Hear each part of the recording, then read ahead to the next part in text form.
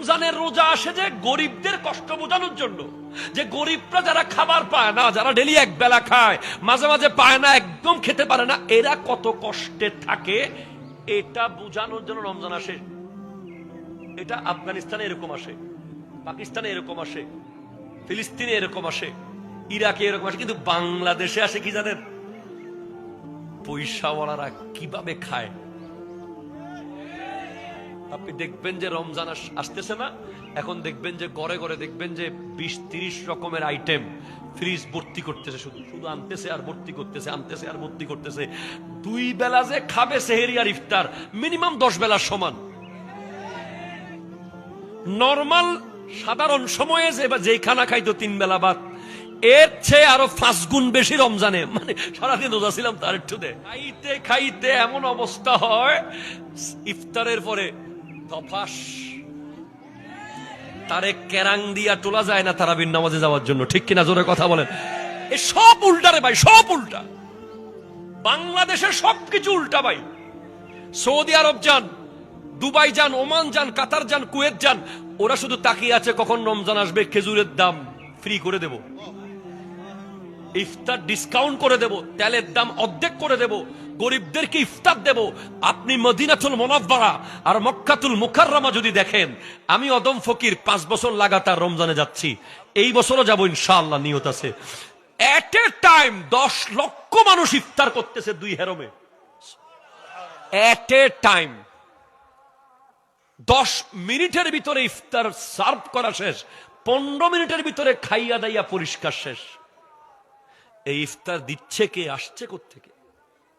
ওরা নসিব মনে করে, ওরা যুদ্ধ করে, ওরা 1 বছর আগে থেকে সিরিয়াল দেয় একদিন ইফতার দেওয়ার জন্য। আর আমাদের দেশের ব্যবসায়ীরা হাজার হাজার মানুষকে ইফতার করতে দেবে না।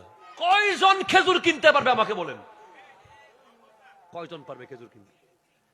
খেজুর দিয়ে ইফতার করা সুন্নাহ, খেজুরকে সেহরি করা সুন্নাহ। কয়জন মানুষ আছেন যারা খেজুর কেনার তৌফিক আছে? নাই। দেখবেন কি কি অ্যাড, এটা একেবারে এই মাত্র ইম্পোর্ট করা।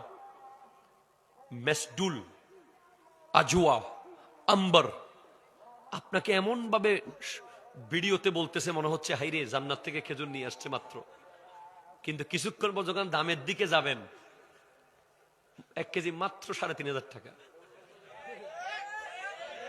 ঠিক কিনা জোরে কথা বলেন? হাই হাই হাই হাই, আফসোস, পুরো উল্টা। এজন্য আমি বলি যে আমেরিকা আর ইসরায়েল ফিলিস্তিনকে কেন মারে, ওরা ইরাককে কেন মেরেছে, ওরা আফগানিস্তানকে কেন মেরেছে, ওরা ইরানকে কেন মারতেছে? কারণ এসব দেশে তারা তাদের কালচার ঢুকাতে পারে নাই, তাই দেশগুলো শেষ করে দিতে চায়। কারণ এই দেশগুলোতে ইসলাম বরাবর রয়ে গেছে এখনো, কিন্তু বাংলাদেশের ভিতরে ব্রিটিশরা যাওয়ার সময় তাদের সব কালচার ঢুকিয়ে দিয়ে গেছে। ঠিক কিনা জোরে কথা বলেন? এই জন্য দেখবেন যে পৃথিবীর সব মুসলিম কান্ট্রি মেরে ফেললেও আমগরে কেউ মারবে না। কেউ একটা আমাদেরকে ফাত্তর মারাও অপচয় মনে করবে, কয়ে করে মারে লাভ কি, এরা তো বাঁচি থাকলে লাভ বেশি। ঠিক কিনা কোন? হ্যাঁ।